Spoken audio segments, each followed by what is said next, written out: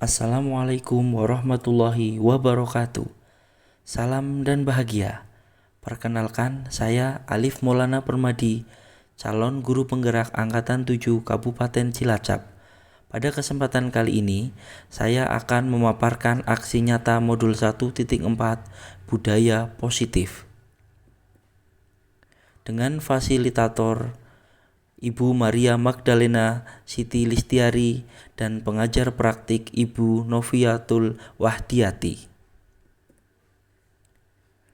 Dalam kegiatan aksi nyata pada kali ini, ada dua hal yang akan saya lakukan. Yang pertama yaitu pembuatan kesepakatan kelas.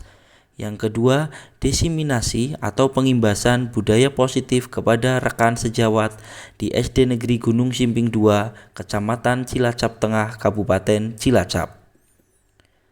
Latar belakang. Yang melatar belakangi aksi nyata ini adalah krisis karakter banyak anak yang mengikuti tren budaya lain tanpa mengkaji kesesuaian dengan budaya kita. Perkembangan teknologi yang semakin pesat bisa berpengaruh terhadap karakter murid kita. Yang kedua, budaya positif di sekolah merupakan nilai-nilai yang diyakini sebagai salah satu faktor keberhasilan pendidikan di sekolah. Tujuan aksi nyata. Tujuan yang pertama adalah memfasilitasi aspirasi murid tentang keyakinan kelas sehingga menumbuhkan budaya positif dengan menjadikan sebagai kesepakatan kelas. Yang kedua, menumbuhkan budaya positif di sekolah sesuai dengan profil belajar Pancasila.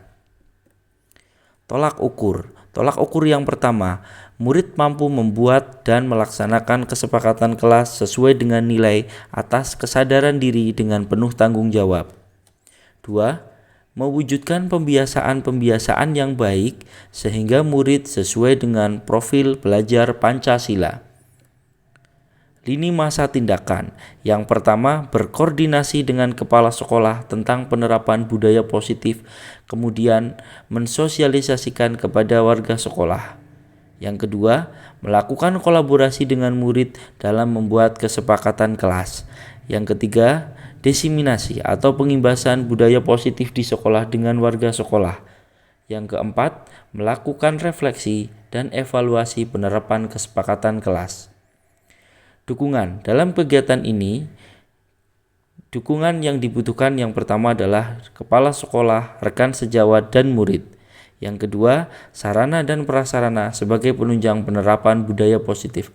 Yang ketiga, dukungan komite sekolah, orang tua, atau wali murid dalam menerapkan budaya positif di rumah.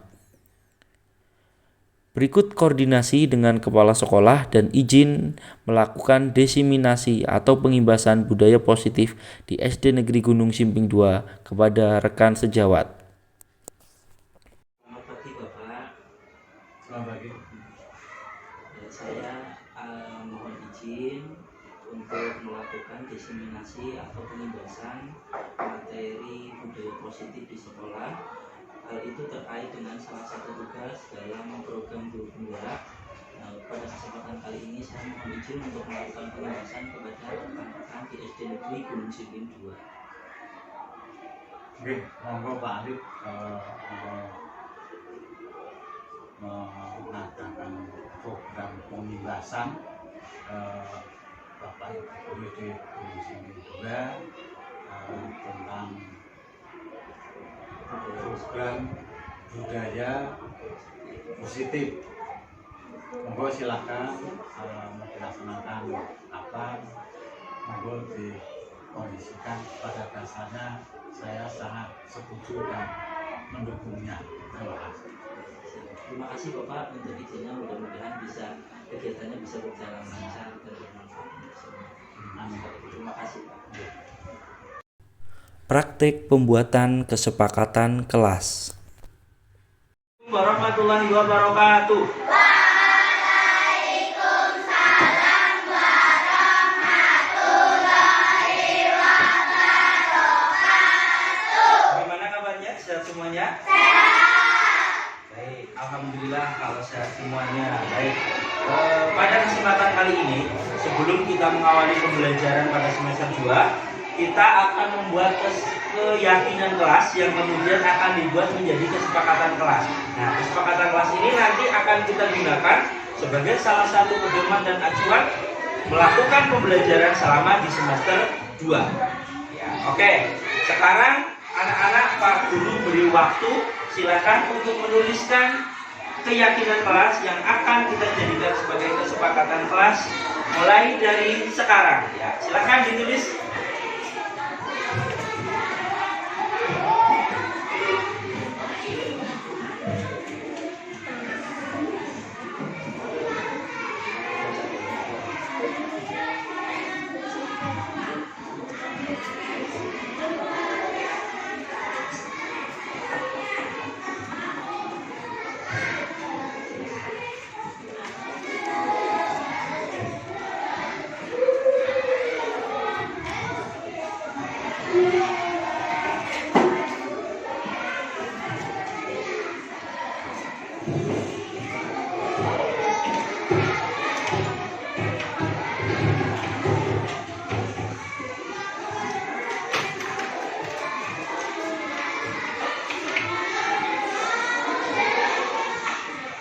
Baik, sudah selesai belum? Ya, oke, kita masih tunggu.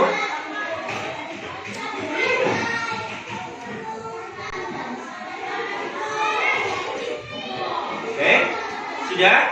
Ya, baik. Sekarang maju dulu dari yang paling belakang. Yuk, Mas Iqbal, silakan. Terus kemudian Reva, silakan ditempel di sini.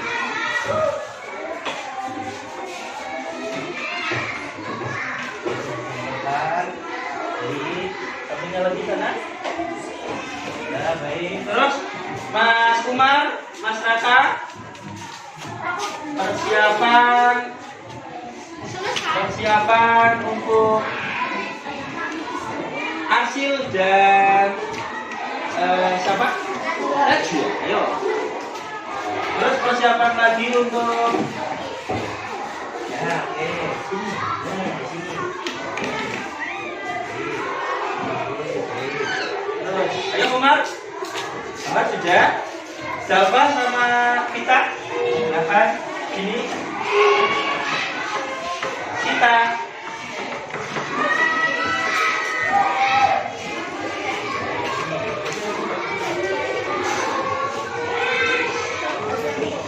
Zian di bawahnya.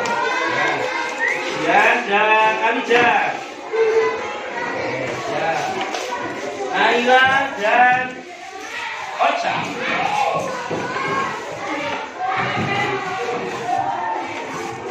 Ayunda dan Naya.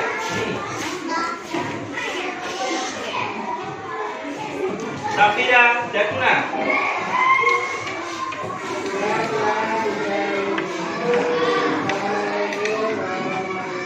Radit dan Lian di bawah sini.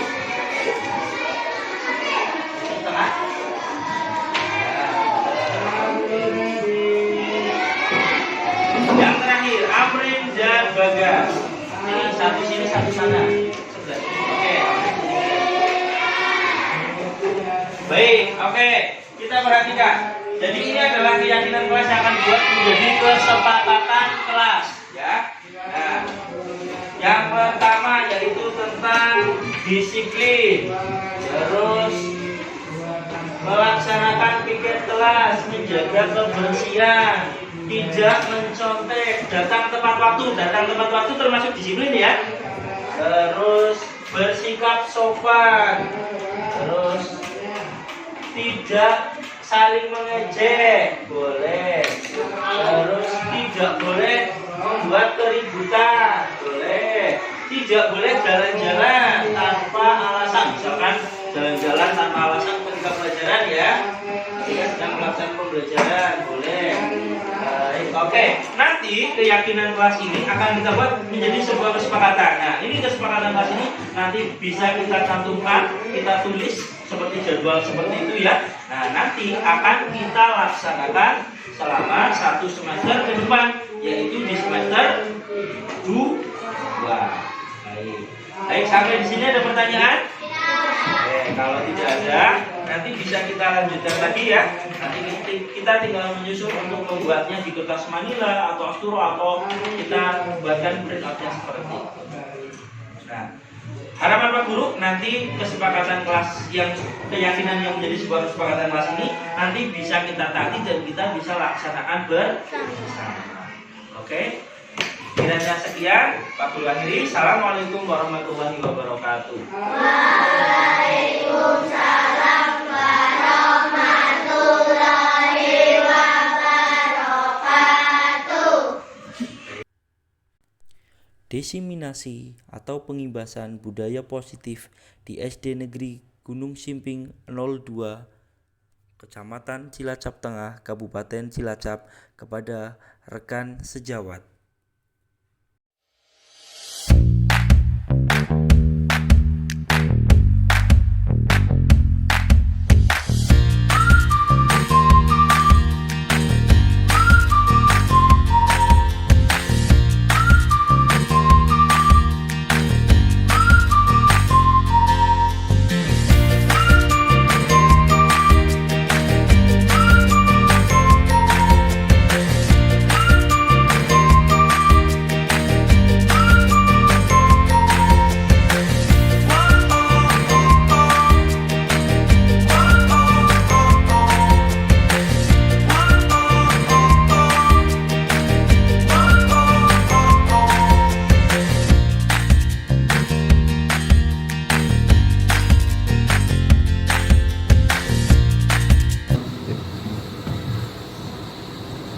Assalamualaikum warahmatullahi wabarakatuh. Yang terhormat Bapak Kepala SD Negeri Gunung Simping 02 Cilacap, Bapak Suwardi SPD, rekan-rekan guru SD Negeri Gunung Simping 02, serta tamu undangan yang berbahagia. Puji syukur kita panjatkan kepada Tuhan Yang Maha Esa atas berkat dan rahmat serta hidayah-Nya, sehingga kita dapat berkumpul dengan sehat dan bahagia. Bapak dan Ibu guru yang berbahagia, pada siang hari ini kita berkumpul dalam acara diseminasi budaya positif sekolah oleh calon guru penggerak angkatan 7. Berikut saya bacakan susunan acara pada hari ini. Yang pertama, pembukaan. Kedua, sambutan Kepala SD Negeri Gunung Simping 02 Cilacap. 3, doa. 4, inti. 5, penutup. Acara yang pertama, pembukaan. Marilah kita buka acara siang hari ini dengan bacaan basmalah bagi yang beragama Muslim dan bagi yang beragama lain menyesuaikan. Bismillahirrahmanirrahim. Acara yang kedua, sambutan Kepala SD Negeri Gunung Simping 02 Cilacap. Kepada Bapak Suwardi SPD disilakan.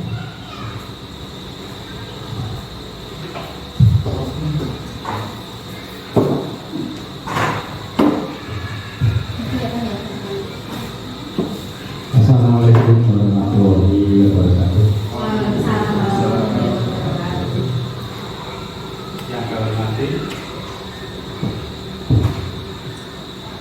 Yang kami hormati, Bapak Ibu Guru, yang kami hormati Ibu calon dan Bapak calon guru penggerak yang pada siang hari ini selalu dalam keadaan sejahtera walafiat terus kurang apa-apa. Bapak Ibu yang kami hormati, pada kesempatan siang hari ini acara kita dikumpulkan di ruang SD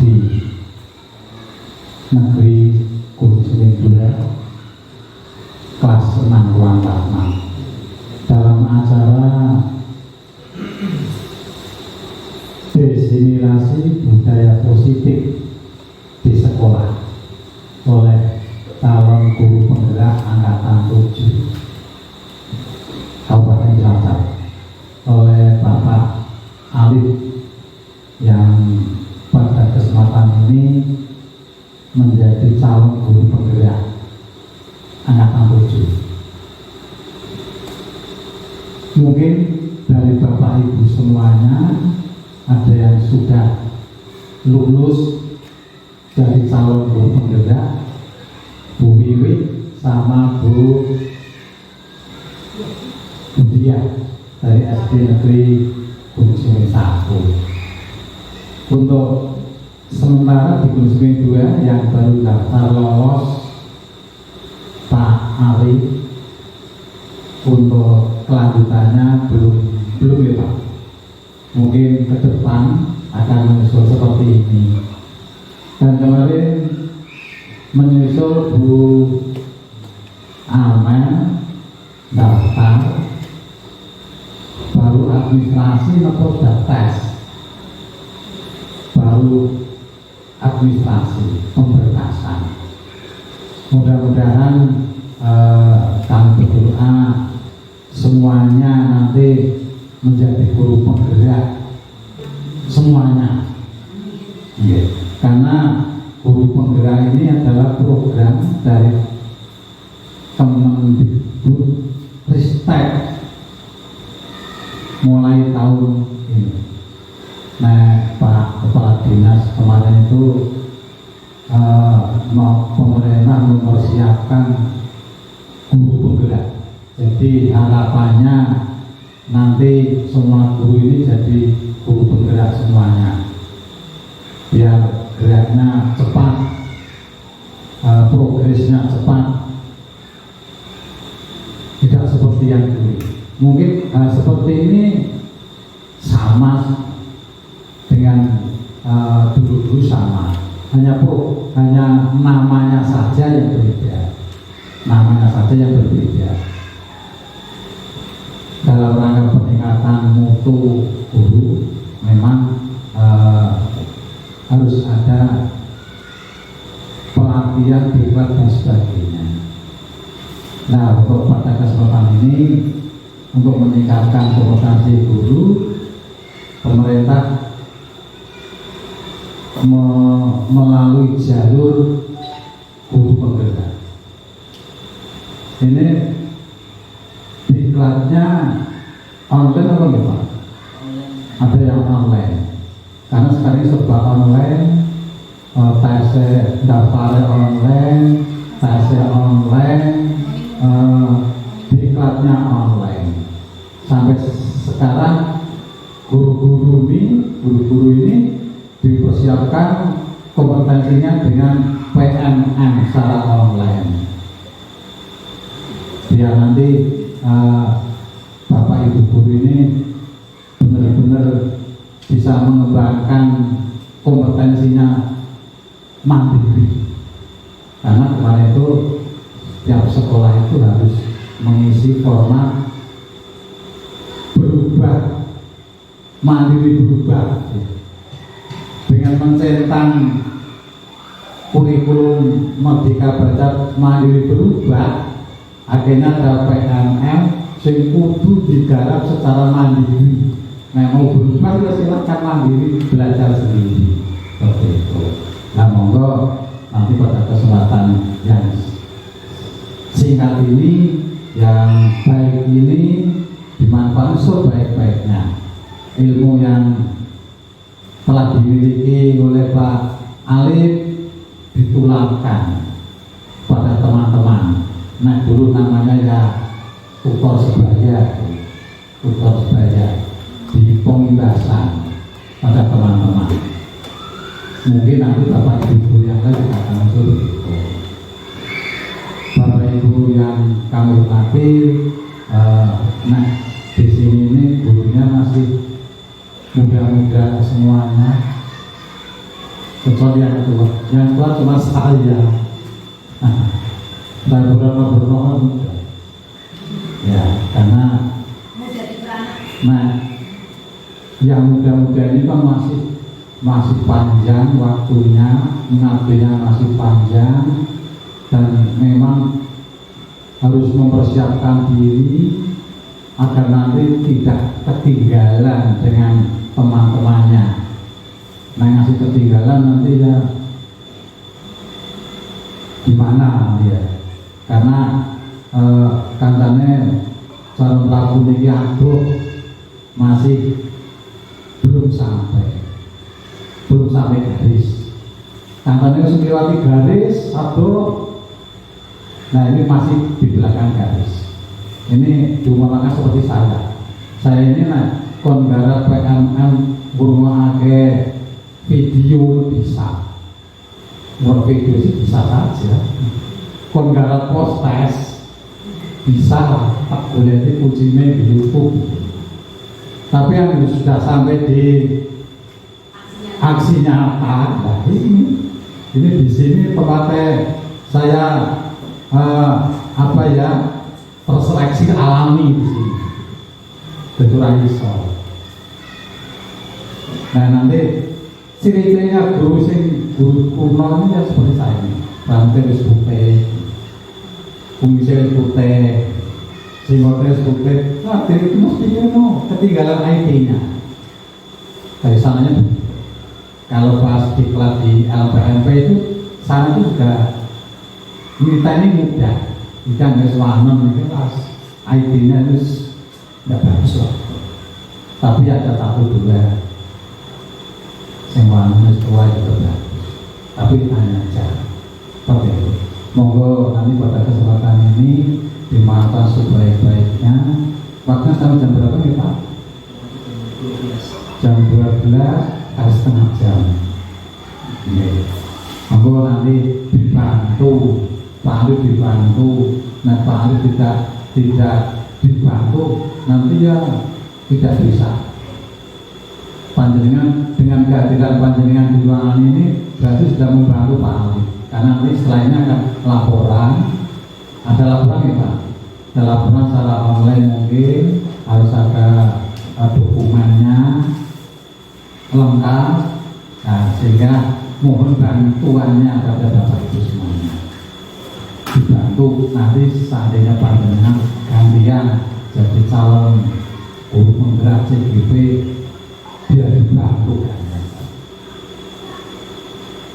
Kiranya itu karena waktu tinggal setengah jam, nanti lantur saya cukupkan sekian dulu. Saya lagi mohon bantuan baik Bapak Ibu semuanya, mohon Pak Ali disemangati karena kunci sukses adalah semangat semuanya. Demikian sambutan dari kami. Bila banyak kata yang kurang berkenan mohon dimaafkan. Saya akhiri. Wassalamualaikum warahmatullahi wabarakatuh.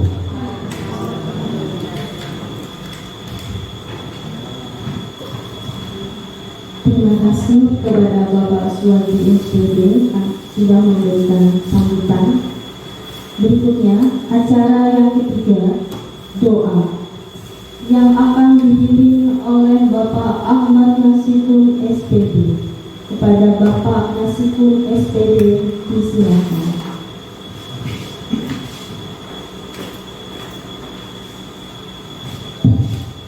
Assalamualaikum warahmatullahi wabarakatuh.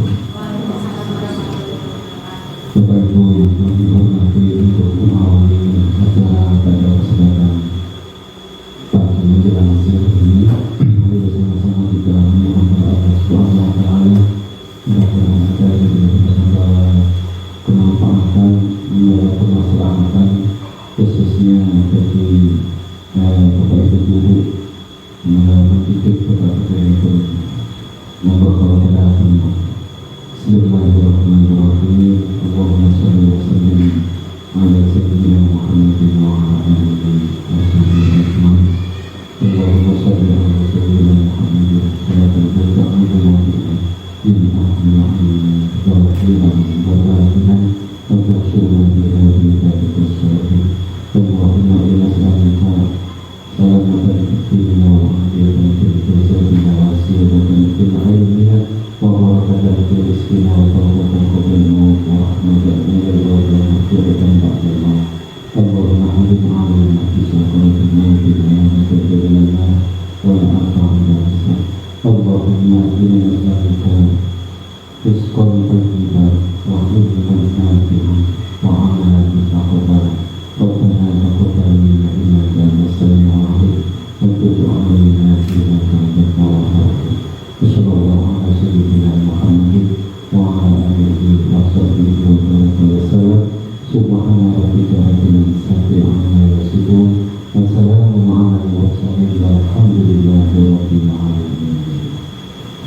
Assalamualaikum warahmatullahi wabarakatuh.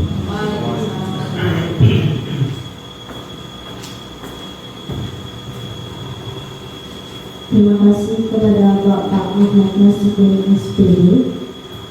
Acara yang keempat adalah acara inti, yaitu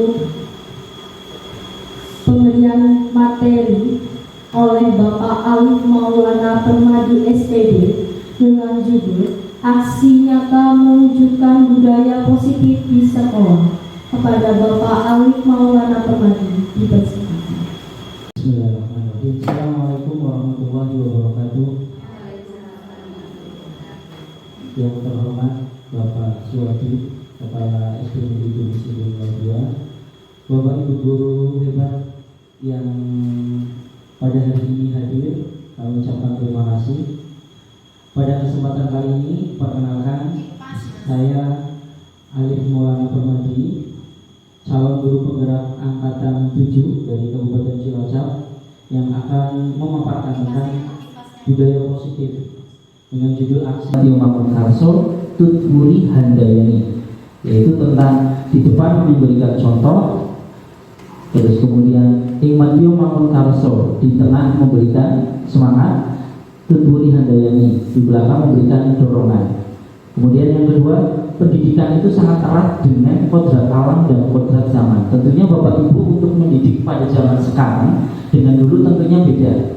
Nah, terus yang ketiga, tujuan pendidikan menurut Ki Hajar Dewantara adalah menuntun segala kekuatan kodrat yang ada pada anak-anak agar mereka dapat mencapai keselamatan dan kebahagiaan setinggi-tingginya, baik sebagai manusia ataupun sebagai anggota masyarakat. Yang keempat adalah guru itu ibarat seorang petani yang di sini sebagai seorang guru itu tidak akan bisa merubah satu murid menjadi murid yang lain. Mereka hanya bisa untuk menuntun. Terus yang selanjutnya adalah menghamba pada anak, yang memandang anak dengan rasa hormat dan pembelajaran yang berorientasi pada anak. Nah, di sini menghamba pada anak nanti akan kita bahas juga dalam budaya positif ini. Ya, yang kedua adalah tentang modul 1.2 nilai dan peran guru penggerak. Nah, yang pertama tentang nilainya. Yang pertama adalah berpihak kepada murid, terus yang kedua mandiri, yang ketiga kolaboratif. Nah, ini adalah salah satu contoh dari kegiatan kolaboratif. Kemudian inovatif. Inovatif itu bisa dengan satu menciptakan hal baru atau memodifikasi hal yang sudah ada menjadi sesuai dengan perkembangan zamannya. Nah, yang kelima ini adalah reflektif. Reflektif itu ibaratnya bercermin. Yang selanjutnya adalah peran guru penggerak. Yang pertama menjadi pemimpin pembelajaran, mewujudkan kepemimpinan murid, mendorong kolaborasi, menjadi coach sebagai guru lain, dan menggerakkan komunitas praktisi. Nah, kemarin Bapak Ibu sudah banyak melakukan kegiatan PMM, itu di situ juga ada. Sebenarnya sudah banyak kegiatan yang sedang kita lakukan, tapi tanpa kita sadari, oh ternyata ini yang namanya kegiatan kolaborasi. Kemudian secara tidak baik formal ataupun tidak, ketika kita di aksi nyata PMM kemarin kita saling berbagi bagaimana cara membuat aksi nyata, itu sama saja dengan menjadi coach dengan guru lain. Yang selanjutnya visi guru penggerak. Nah, di sini untuk membuat visi ini, jadi kita harus punya pandangan atau tujuan dan cara mengaplikasikannya dengan cara yang pertama buat pertanyaan, ambil pelajaran, dari mimpi, jabarkan rencana, dan atur eksekusi. Yang selanjutnya ini adalah modul 1.1. Nah, ini yang nanti akan kita bahas secara lebih mendalam. Yang pertama tentang peran guru dalam menerapkan budaya positif di kelas dapat dilakukan dengan membuat keyakinan kelas dan menerapkan segitiga restitusi. Nah, kesepakatan kelas diharapkan dapat menumbuhkan kesadaran untuk menanamkan motivasi dan kesadaran motivasi secara intrinsik. Nah, apa itu motivasi secara intrinsik? Motivasi secara intrinsik itu adalah motivasi yang memang datang dari diri sendiri. Jadi nanti di situ kita juga akan belajar tentang posisi kita, posisi guru. Ada 5 posisi guru. Nanti kita akan belajar di situ. Terus yang selanjutnya guru memilih posisi manajer atau memilih posisi penghukum atau teman. Nah, manakah yang lebih baik? Nah, nanti kita akan bahas. Nah, dengan keterkaitan budaya positif itu, kita di zaman yang serba modern dan canggih ini diharapkan itu bisa menjadi guru yang memesona. Ya, guru yang memesona itu yang seperti apa? Yaitu satu, guru yang harus selalu belajar sepanjang hayat. Jadi kita harus selalu belajar. Terus yang kedua, melek dengan perkembangan teknologi. Maksudnya apa? Kita bisa memanfaatkan teknologi yang ada, ya, mengoperasikan laptop dan sebagainya. Terus mampu menggali minat, bakat dan potensi murid. Nah, jadi harus, saya yakin Bapak Ibu guru sudah bisa membidik, oh anak ini berbakat di sini atau berpotensi di sini atau dia baru berminat di sini dan semuanya.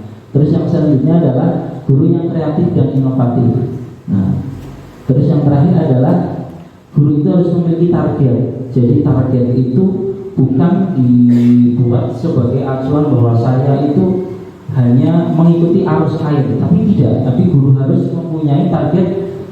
Saya harus bisa, misalkan dalam pembelajaran di kelas, saya target murid saya minimal dalam pembelajaran matematika 7 semua. Nah, kalau sudah tercapai target itu ditingkatkan lagi. Nah, yang tidak kalah penting adalah reflektif, apalagi untuk kelas yang kelasnya itu ada kelas A dan B, itu nanti bisa saling bertukar pikiran, baik itu permasalahan yang ada di dalam kelas ataupun hal-hal terkait perencanaan pembelajaran.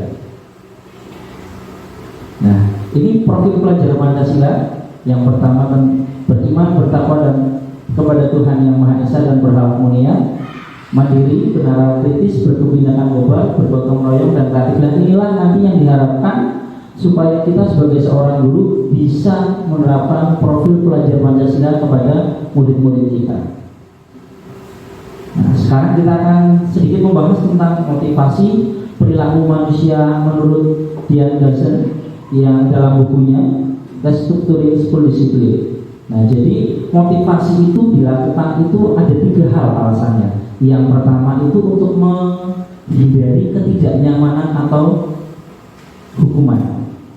Terus yang kedua untuk mendapatkan penghargaan atau imbalan dari orang lain. Nah, ini adalah kalau dalam teori pembelajaran itu dengan teori stimulus respon atau behaviorisme.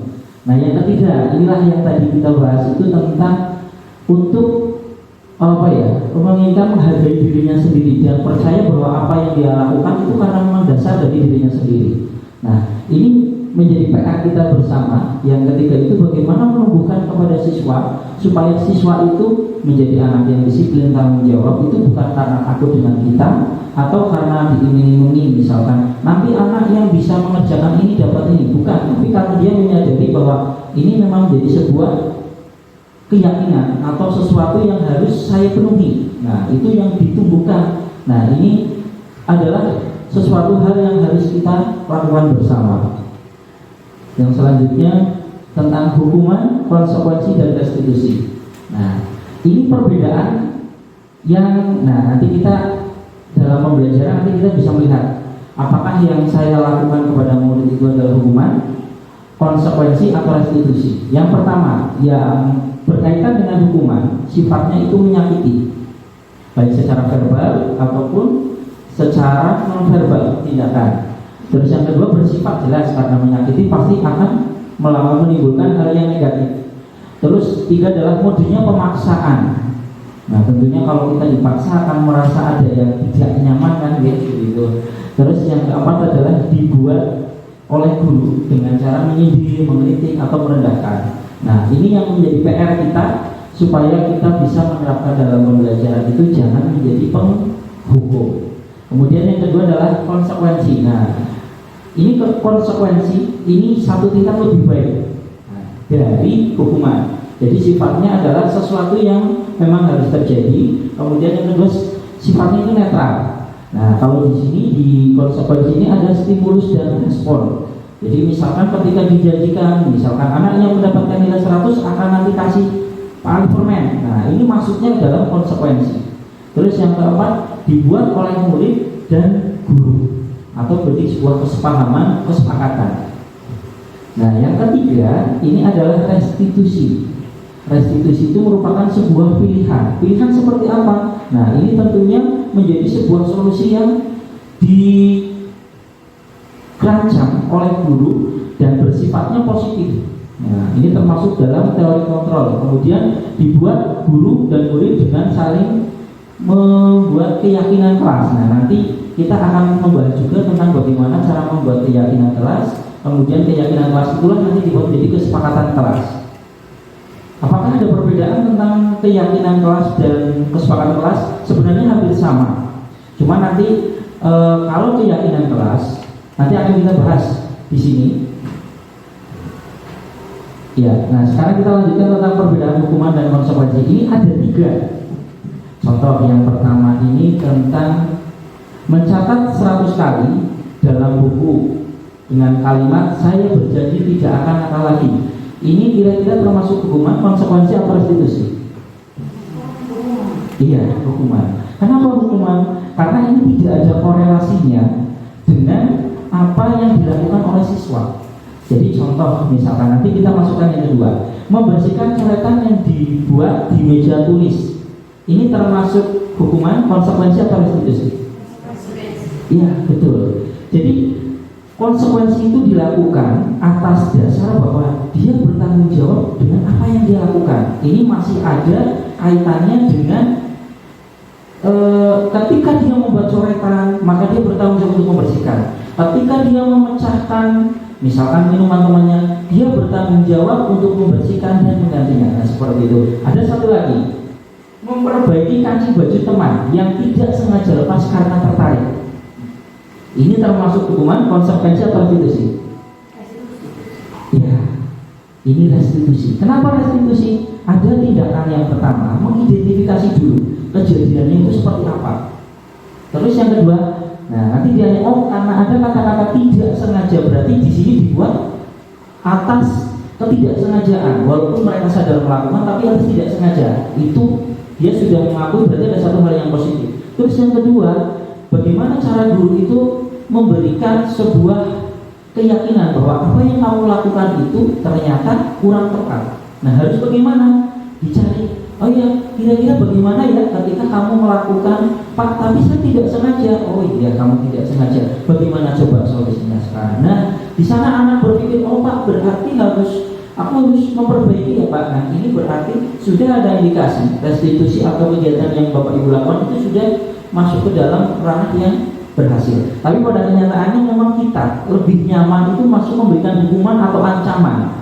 Nah, sedangkan hukuman dan ancaman itu hanya berlaku secara instan dan pasti halnya itu ketika kita tidak berada di situ itu hanya bersifat menakut-nakuti saja. Itu seperti itu. Tapi mudah-mudahan nanti setelah ini kita dapat menerapkan restitusi. Jadi intinya jangan kalah dengan pegadaian, mengatasi masalah tanpa masalah. Jangan mengatasi masalah dengan mengalihkan masalah baru atau membuat masalah menjadi tambah parah. Itu nanti tidak berarti kita tidak solutif. Ya, selanjutnya, nah ini restitusi diri. Restitusi diri merupakan cara yang paling baik mengubah kecenderungan kebiasaan mengomentari orang lain. Nah, sebagai seorang guru kita harus memiliki sifat yang reflektif tadi yang seperti disampaikan bahwa kita harus bercermin karena seorang guru itu tidak mungkin semuanya itu A dari Z itu sempurna, tidak. Semua guru juga punya kemampuan masing-masing dan saling melengkapilah di situ. Jadi intinya kolaborasi, refleksi itu sangat dipentingkan dalam kegiatan ini, dalam restitusi diri. Nah, ini ada 5 posisi kontrol. 5 posisi kontrol. Yang pertama adalah sebagai penghukum, yang kedua pembuat rasa bersalah, yang ketiga teman, yang keempat pemantau, yang kelima manajer. Nah, manakah yang paling bagus kira-kira menurut Bapak Ibu? Manajer. Oke. Ada yang lain? Teman. Ada yang lain? Manajer, teman. Baik. Oke, kita akan membahas ini. Baik, yang pertama, seorang penghukum bisa menggunakan hukuman fisik ataupun verbal seperti tadi yang sudah saya contohkan. Orang-orang menjalankan posisi punggung senantiasa mengatakan bahwa sekolah memerlukan sistem dan alat yang dapat menekan murid-murid lebih dalam lagi. Nah, ini menekan berarti sudah cenderung ke hal yang negatif. Guru-guru menerapkan posisi penghukum dan berkata, patuhilah aturan saya, atau awas. Yang kedua, pasti selalu, yang terakhir selesai. Ini cenderung menyalahkan ke muridnya. Terus yang ketiga, guru seperti ini senantiasa percaya hanya ada satu cara agar pembelajaran berhasil, yaitu dengan cara mengancam. Nah, inilah yang kurang tepat. Yang kedua, pembuat merasa bersalah. Nah, dalam posisi ini guru bersuara dengan lembut, membuat rasa bersalah, membuat keheningan terhadap orang lain. Nah, pembuat rasa bersalah ini awalnya saya berpikir bahwa ini adalah yang akan membuka motivasi ke siswa, bahwa siswa itu dengan merasa bahwa Bapak guru ini capek, coba kamu bayangkan Pak, saya kira itu adalah awal yang paling bagus. Ternyata ini contoh yang sering kita katakan bahwa ibu sangat kecewa sekali dengan kamu, dengan kata yang lembut. Anak-anak itu akan merasa tersentuh, tetapi apakah ada efeknya? Oh, tentu saja ada. Kita lihat ya. Terus coba lagi, berapa kali Bapak harus memberitahu kamu ya? Gimana coba orang tua kamu berbuat begini? Nah, di posisi murid akan memiliki penilaian yang buruk terhadap diri mereka sendiri, dan yang lebih ditakutkan lagi bahwa mereka akan merasa bahwa saya itu menjadi anak yang tidak berguna. Nah, kalau sudah merasa seperti itu, inilah menjadi peran kontrol guru di sini itu penting. Jadi jangan sampai apalagi satu siswa dengan siswa yang lain atau satu murid dengan lain itu memiliki karakteristik dan latar belakang yang berbeda. Ada anak yang dibentak sekali itu dia merasa bahwa apa sih biasa aja. Ada yang belum dibentak, baru dilihat saja sudah air matanya seperti hujan.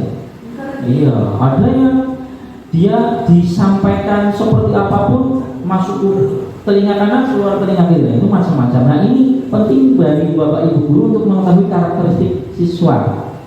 Nah, di sini mereka tidak berharga dan telah mengecewakan orang-orang yang disayanginya. Oke.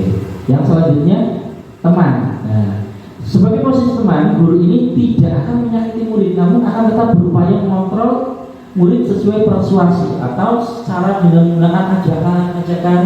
Nah, posisi teman yang guru bisa negatif atau bisa positif. Ya, positif jika berhubungan baik menjalin antara guru dengan murid. Guru di posisi ini menggunakan hubungan baik dan humor untuk mempengaruhi seseorang. Mereka akan berkata, ayolah, bantulah demi Bapak ya. Ayo enggak, tidak bantuan Bapak selama ini. Ya, sudah kali ini tidak apa-apa. Nanti Ibu bantu bereskan. Nah, hal negatifnya dari posisi teman ini adalah suatu saat guru tidak membantu, maka murid akan kecewa dan berkata, saya pikir Bapak dan guru itu teman saya. Nah, murid merasa dikecewakan dan tidak mau berusaha lagi. Nah, hal lain yang mungkin timbul adalah jadi murid akan tergantung kepada guru, dan batasannya ini yang kadang anak itu tidak ada. Wah, itu Pak Guru enak loh diajak ngobrol. Nah, tapi ternyata ngobrolnya ini kadang anak itu merasa lebih terlalu dekat, tapi dekatnya itu tidak ada jarak. Nah, tidak ada jaraknya ini yang membatasi, yang membuat guru dan murid ini yang menjadi tidak ada kontrolnya. Nah, ini hal yang negatifnya itu seperti itu. Yang selanjutnya itu adalah pemantau. Nah, dalam posisi pemantau, pada saat kita mengawasi, kita bertanggung jawab atas perilaku orang-orang yang kita awasi. Posisi pemantau berdasarkan peraturan-peraturan dan konsekuensi. Dengan menggunakan sanksi, konsekuensi, kita memisahkan hubungan pribadi dengan murid. Sebagai seorang yang menjalankan posisi pemantau, biasanya mengajukan pertanyaan begini, peraturannya bagaimana ya? Nah, apa yang telah kamu lakukan? Jadi dikaitkan dengan apa yang mereka sudah lakukan. Terus sanksi atau konsekuensinya apa ketika kamu melakukan ini? Nah, itu pemantau. Nah, seorang pemantau sangat mengandalkan perhitungan. Catatan data dapat digunakan sebagai bukti atas perilaku seseorang. Posisi ini akan menggunakan stiker atau slip sebagai catatan dasar, yaitu data checklist. Nah, posisi pemantau sendiri berawal dari teori stimulus dan respon. yang menunjukkan tanggung jawab guru untuk mengontrol murid-muridnya. Jadi dalam posisi pemantau ini, guru ini sudah lebih meningkat, tetapi dalam memantau ini dia mengaitkan apa yang dilakukan murid dengan peraturannya. Nah, tapi tidak langsung turun, dia hanya memantau saja. Kemudian yang selanjutnya adalah manajer. Nah, posisi manajer ini adalah posisi yang kelima atau posisi terakhir, adalah posisi guru berbuat sesuatu bersama dengan murid, mempersilahkan murid mempertanggungjawabkan perilakunya, mendukung murid agar menemukan solusi dari permasalahan yang dia temukan. Kemudian seorang manajer telah memiliki keterampilan sebagai posisi teman, pemantau. Dengan demikian bisa jadi waktu-waktu tertentu kembali bisa jadi pemantau, bisa menjadi teman. Jadi manajer itu posisinya bisa manajer dan bisa teman. Terus posisi dari apa yang dilakukan itu mengacu pada restitusi. Jadi menjadikan murid kita sebagai seorang manajer bagi dirinya sendiri. Di manajer ini murid diajak untuk menganalisis kebutuhan dirinya maupun kebutuhan orang lain. Nah, di sini penekanannya bukan kemampuan untuk membuat konsekuensi, namun untuk berkolaborasi dengan murid bagaimana memperbaiki kesalahan yang ada.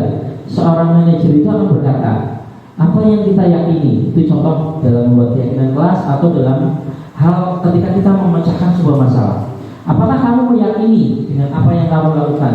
Jika kamu meyakininya, apakah kamu bersedia memperbaiki? Apa rencanamu terkait hal yang tadi kamu lakukan? Terus, nah tugas manajer ini bukan mengatur, tetapi membuat murid menjadi lebih baik dan lebih kuat. Jadi menumbuhkan kesadaran atau motivasi internal dari murid. Jadi bukan motivasi eksternal lagi kalau dalam ketika kita memposisikan diri sebagai seorang manajer. Jadi dalam hal ini sebagai seorang guru itu kita harus bisa memposisikan diri sebagai seorang manajer. Posisi manajer itu bisa menjadi posisi sebagai pemantau, bisa juga menjadi posisi teman, ya seperti itu. Nah sekarang selanjutnya, nah bisa jadi dalam praktek penerapan disiplin sehari-hari kita akan kembali ke posisi teman ataupun pemantau. Karena murid yang ditangani belum siap diajak berdiskusi dan diajak melakukan restitusi. Karena nah ini kembali lagi ke latar belakang murid. Ya, latar belakang murid itu berpengaruh. Karena beberapa waktu yang lalu saya menemukan pada ketika masuk di kelas 3 awal, ada beberapa anak yang saya ajak komunikasi itu ternyata dia itu sangat pendiam.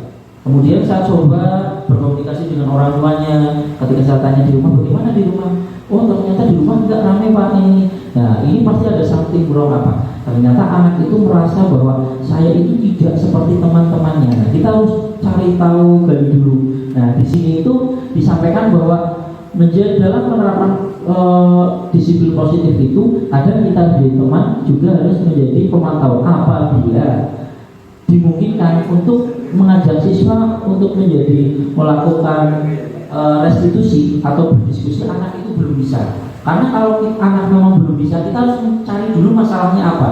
Jangan memaksakan untuk menerapkan, karena ketika menerapkan tapi apa kolaborasi kita murid kita belum siap, karena kita tidak melihat karakteristik murid, itu juga nanti hasilnya tidak akan maksimal. Itu seperti itu. Jadi tujuan akhir dari 5 posisi kontrol seorang guru adalah mencapai posisi manajer. Betul tadi yang disampaikan Bu bahwa posisi manajer itu posisi tertinggi, tapi tanpa mensampingkan bahwa kita juga bisa menjadi posisi teman ataupun pemantau, dengan catatan bahwa dalam kondisi itu murid itu memang belum bisa kita ajak untuk melakukan restitusi. Nah, pada akhirnya dapat menciptakan lingkungan yang positif, nyaman dan aman. Nah, nyaman dan aman itu menjadi rasa kunci utama. Jadi ketika anak di dalam kelas itu merasa dihargai, merasa didengar pendapatnya, itu anak nanti akan lebih mudah bereksplorasi, mengeksplor apa yang dia miliki, baik bakat, potensinya ataupun minatnya. Itu nanti akan terlihat secara alamiah seperti itu. Tapi harus merasa bahwa lingkungan itu harus positif dulu, nyaman dan aman. Nah, dalam kegiatan kemarin ada 2 kegiatan yang sudah saya lakukan. Yang pertama yaitu dalam wujud yang positif. Yang pertama adalah keyakinan kelas. Yang kedua adalah penerapan segitiga restitusi. Ya, keyakinan kelas. Nah, keyakinan kelas ini bersifat abstrak daripada peraturan yang lebih rinci dan konkret. Terus yang kedua, keyakinan kelas merupakan pernyataan yang umum. Ya, nanti kita akan membahas contoh-contoh dari keyakinan kelas rendah dan kelas tinggi. Pernyataan keyakinan kelas senantiasa dibuat dalam bentuk hal yang positif. Jadi tidak ada keyakinan kelas dalam hal yang negatif. Terus keyakinan kelas hendaknya tidak terlalu banyak sehingga mudah diingat dan dipahami oleh warga kelas. Keyakinan kelas sebaiknya sesuatu yang dapat diterapkan di lingkungannya. Jadi karena keyakinan itu dibuat oleh warga kelas atau anak-anak kelas itu dengan guru, maka yang bisa diterapkan di situ. Semua warga kelas hendaknya ikut berkontribusi dalam membuatkan keyakinan kelas lewat curah pendapat. Jadi mereka semua bisa berpendapat. Nah, di sini kembali lagi bagaimana kita membuat lingkungan kita atau dalam hal dari yang hal kecil, anak-anak merasa nyaman terlebih dahulu. Karena kenyamanan itu kunci segalanya. Ya. Lanjut. Contoh keyakinan kelas untuk kelas bawah dan kelas atas. Ini ada perbedaan. Nah, untuk yang kelas bawah dulu. Setiap anggota kelas perlu belajar. Terus yang kedua, setiap anggota kelas perlu disiplin. Setiap anggota kelas perlu peduli. Yang keempat, merasa aman. Yang ketiga, perlu saling menghargai. Ini keyakinan kelas yang disampaikan anak-anak. Tetapi kadang anak-anak akan menyampaikannya dengan cara yang berbeda, tapi intinya tentang hal itu. Kebanyakan seperti itu. Terus yang kelas atas, selalu bersikap positif, senantiasa menjadi yang terbaik, saling menghormati dan menghargai, tolong menolong, jujur, peduli, berkomitmen terhadap tugasnya. Nah, ini nanti bisa juga dibuat menjadi sebuah kesepakatan kelas. Contoh misalkan selalu bersikap positif. Nah, misalkan di situ nanti kita dengan anak-anak nanti bisa membuat anak-anak bisa ada yang mengatakan misalkan dengan cara saling menghargai, menghormati, saling menjaga tutur kata, tidak menyakiti, itu seperti itu. Atau kalau di kelas bawah misalnya tidak terlambat, berarti datang tepat waktu. Terus ada lagi misalkan tidak mencoret-coret atau tidak mencoret-coret tembok, menulis di buku, itu seperti itu. Yang selanjutnya, nah ini adalah praktek kemarin yang pernah saya lakukan, yaitu tentang membuat keyakinan yang ada di dalam kelas. Jadi sistematikanya anak-anak itu kita berikan pengarahan, kita berdiskusi, kemudian apa yang akan kita yakini dan apa yang keyakinan kelas seperti apa yang akan kita harapkan. Kemudian anak-anak menuliskan. Nah, yang selanjutnya, nah, hasil dari keyakinan kelas yang disepakati, guru di kelas 3A menjadi peraturan kelas. Yang pertama adalah datang tepat waktu, berdoa dan sebelum dan sesudah mulai pembelajaran, melaksanakan piket, bersikap saling menghormati dan menyayangi, berpakaian rapi dan sopan, menjaga kebersihan kelas, mendengarkan guru, terus meminta izin ketika keluar, membiasakan diri mengucapkan tolong, maaf dan terima kasih, tegur sapa terhadap orang lain. Nah, di sini itu hal biasa, pembiasaan positif juga harus dilakukan. Contoh yang paling gampang adalah yang nomor 9, mengucapkan tolong, maaf dan terima kasih. Kadang anak-anak ada yang tidak tahu atau karena terbiasa di rumah. Nah, kita sebagai guru madrasahnya di sini sebagai tempatnya untuk bagaimana anak menggunakan kata maaf itu di mana, tolong di mana, terima kasih di mana. Nah, itu harus kita ulang-ulang supaya anak itu tertanam. Nah, tertanam itu bisa diharapkan menjadi sebuah budaya yang nanti tertanam menjadi motivasi internal diri anak. Nah, untuk segitiga restitusi, ini adalah segitiga restitusi yang dilakukan. Yang pertama adalah tentang menstabilkan identitas, validasi kebutuhan, dan menanyakan keyakinan. Jadi di sini itu adalah setiap orang pasti pernah melakukan kesalahan. Kamu bukan satu-satunya yang melakukan kesalahan ini. Di sini sudah mulai menguatkan. Kamu tentu punya alasan mengapa melakukan itu. Adakah cara yang lebih efektif untuk mendapatkan apa yang kamu lakukan? Nah, terus yang terakhir adalah nilai-nilai yang kita sepakati. Kemudian kamu ingin menjadi orang seperti apa? Nah, alasan kamu ingin menjadi orang seperti apa ini yang bisa digunakan sebagai motivasi untuk menggali, untuk memberikan kesadaran kepada anak dan mencari solusi dari permasalahan itu. Nah, dalam kegiatan ini saya juga kemarin sudah menerapkan Ya, penerapan segitiga itu sih, ya ini yang tadi saya jelaskan ya. Jadi untuk menstabilkan yang ada tiga tahapan karena namanya segitiga. Yang pertama menstabilkan identitas itu tujuannya mengubah identitas orang yang gagal menjadi sukses. Kemudian yang kedua validasi tindakan yang salah bertujuan memenuhi kebutuhan dasar melihat posisi murid dari posisi yang berbeda. Jadi tidak hanya dari satu sisi. Terus yang kedua menanyakan keyakinan yang bertujuan mencari solusi yang konkret.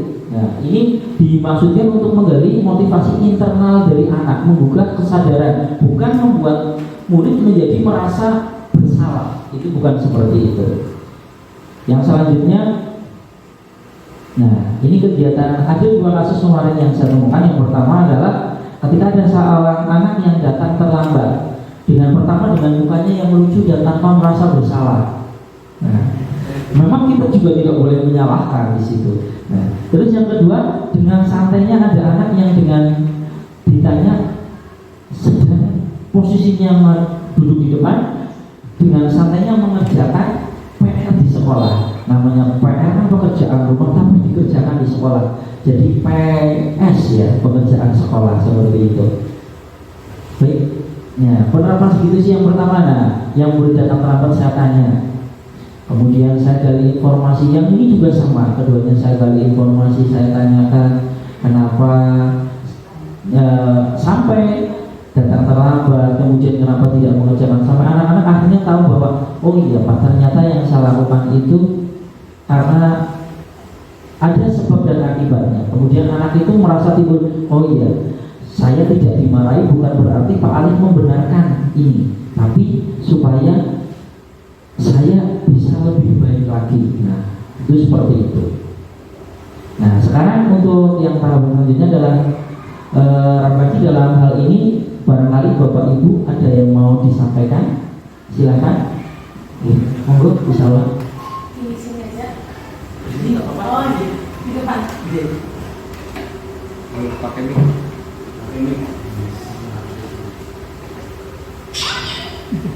Assalamualaikum warahmatullahi wabarakatuh. Ya, terima kasih atas pemaparan dari Pak Alif. Dengan adanya pemaparan tersebut, saya dan rekan-rekan guru dapat lebih memahami untuk penerapan dalam pembelajaran di kelas. Mungkin kan kita memang sudah tahu, tetapi kan kadang namanya manusia ada salah dan lupanya. Terima kasih sudah diingatkan kembali. Dan untuk refleksi atas pemaparan tadi, saya dapat menyimpulkan bahwa budaya positif itu harus dibangun terlebih untuk memotivasi dalam melaksanakan budaya positif di siswa.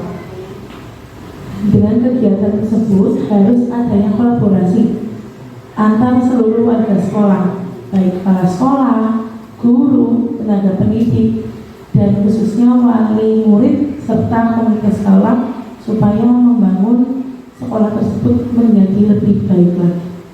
Begitu. Sekian dari saya. Assalamualaikum warahmatullahi wabarakatuh. Terima kasih Bu Salwa untuk refleksi dari kesimpulan yang dilakukan oleh Bu Salwa. Karena ini tadi disampaikan pernyataan, ini bukan pernyataan, pertanyaan, jadi tidak saya jawab begitu. Terima kasih. Jadi pada intinya memang kita harus selalu membudayakan budaya positif di sekolah, melakukan sebuah kolaborasi dengan semua warga sekolah dan wali murid serta komite sekolah. Monggo barangkali ada yang mau bertanya.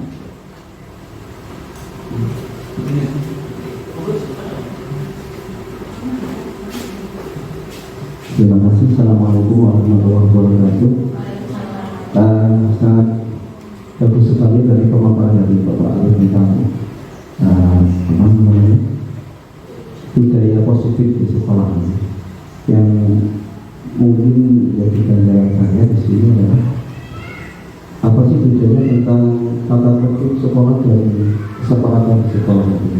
Jadi sepertinya tata tertib juga masuk dalamnya, membaca pagi dan sebagainya, kemudian juga terlambat itu juga bagian dari tata tertib.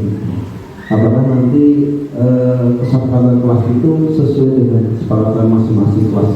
Mungkin kelas besar atau kelas kecil mungkin beda nanti untuk kesepakatannya bagaimana untuk menggali itu. Itu yang pertama. Kemudian tentang positif ini setelah itu, kalau biasanya kita menangani anak itu kalau ada kasus sebenarnya. Kalau di SMP SMA mungkin ada guru di konseling yang khusus menangani anak-anak yang bermasalah ini. Lalu ternyata kasusnya kita di ISU juga menemukan anak yang bermasalah gitu kan. Maka tadi saya sepakat bahwa pengaruh keluarga, lingkungan dan sebagainya itu juga berpengaruh pada karakter anak itu tersendiri. Karena anak bisa terbangun, tercipta dari lingkungan yang ada, keluarga dan sebagainya. Jadi pertanyaan saya adalah ketika kita tadi ada manajerial teman dan sebagainya lagi apa tadi pendukung, pemantau dan sebagainya, itu apakah setiap kelas bawah dan kelas atas itu bisa kita lakukan itu semua Pak? Kalau lah misalkan manajer itu kalau kelas ke atas mungkin tidak diskusi dan sebagainya, kita cari permasalahan itu bagaimana. Tapi kalau kelas bawah itu bagaimana itu? Kelas bawah kan itu perlu ada penegasan dari guru atau mungkin semacam hukuman dan sebagainya. Kalau seperti itu kan memang anak namanya. Jadi mungkin itu beberapa yang saya sampaikan. Terima kasih. Assalamualaikum warahmatullahi wabarakatuh. Terima kasih Pak Mas untuk pertanyaannya. Bu Amel masuk ke yang balik lagi. Terus, ya keyakinan kelas dulu. Nah di sini dulu. Oke. Jadi kalau tidak salah, jadi untuk pertanyaan yang pertama itu tentang peraturan atau tata tertib di sekolah dengan keyakinan kelas gitu Pak. Maksudnya ada keterkaitan atau perbedaan atau gimana gitu?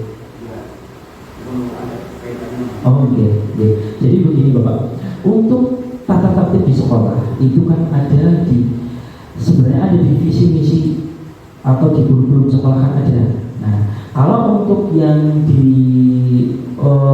keyakinan kelas itu dibuat di dalam kelas, salah satunya yang syarat pertama yang tadi saya sampaikan adalah keyakinan kelas itu harus bersifat positif. Nah tentunya bersifat positif ini juga mengacu dengan dari tata tertib yang ada di sekolah, itu seperti itu Bapak. Terus untuk keyakinan kelas ini dibuat antara kelas rendah dengan kelas tinggi Bapak. Nah kelas rendah dan kelas tinggi, apakah bisa begitu untuk manajerialnya di kelas rendah seperti apa? Nah tadi saya sampaikan untuk masuk sebelumnya.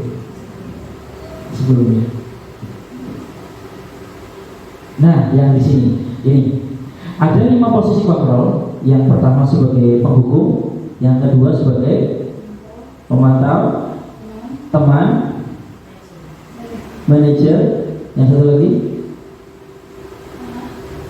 Oke, masuk coba yang ini. Nah, penghukum, pembuat rasa bersalah, teman, pemantau dan manajer. Nah, tadi pertanyaan dari Pak Nas, apakah di kelas bawah bisa diterapkan manajer begitu ya Pak? Nah, oke, kita kembali ke yang slide tadi itu, yang terakhir. Oke, nah, jadi untuk 5 posisi kontrol itu, kalau untuk yang pertama yang paling bagus diterapkan itu adalah yang manajer, itu yang paling bagus. Nah, tetapi di situ juga bisa diterapkan kembali ke posisi teman atau pemantau, karena murid yang ditangani belum bisa diajak berdiskusi atau diundang untuk melakukan restitusi. Contoh untuk kelas rendah, kalau memang diharapkan belum bisa untuk diajak komunikasi, tetapi kan tidak semua kelas rendah tidak komunikatif. Kadang kalau sekarang ada anak kelas 1 yang bisa diajak komunikasi itu lebih apa ya caranya, lebih enak, lebih nyambung dibandingkan yang kelas 3, yaitu kembali lagi ke latar belakangnya. Nah, jadi kalau menurut pendapat saya itu bisa Pak. Jadi untuk yang di kelas rendah, kalau memang tidak memungkinkan menggunakan yang manajer, bisa menggunakan teman atau pemantau. Nah, kalau untuk pemantau itu dikaitkan dengan keyakinan kelas yang dibuat dalam kelas tersebut. Nah, kalau dalam membuat keyakinan kelas itu berkaitan erat dengan hal-hal positif yang ada yang mengacu kepada peraturan yang ada di sekolah tersebut. Jadi seperti itu Pak. Jadi kalau memang di kelas rendah itu belum memungkinkan, atau sebenarnya tidak hanya di kelas rendah, karena kadang di kelas tinggi pun kadang ada anak yang memang untuk kita ajak restitusi, kita nyalakan sebabnya, terus tindakanmu harus bagaimana, kadang tidak bisa. Nah kalau memang tidak bisa, bisa diterapkan dengan posisi teman atau posisi pemantau. Tapi memang sudah saya sampaikan tadi, posisi teman juga ada hal negatifnya, pemantau juga ada kekurangannya. Jadi seperti itu. Tetapi kita sebagai guru nanti bisa menerapkan, karena memang untuk guru di SD itu harus menjadi guru yang multi talenta. Selain guru BK, administrasi, terus udah ada sebagainya, itu memang guru 24 jam. Jadi memang harus multi talenta. Jadi semuanya bisa. Begitu Bapak jawaban dari saya.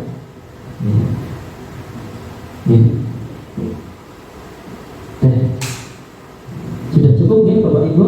Ya, terima kasih. Nah, untuk yang terakhir kesimpulannya adalah budaya positif yang harus dibangun untuk menumbuhkan motivasi internal, melaksanakan disiplin positif bagi murid, nantinya akan ikut berpengaruh terhadap pencapaian visi misi sekolah.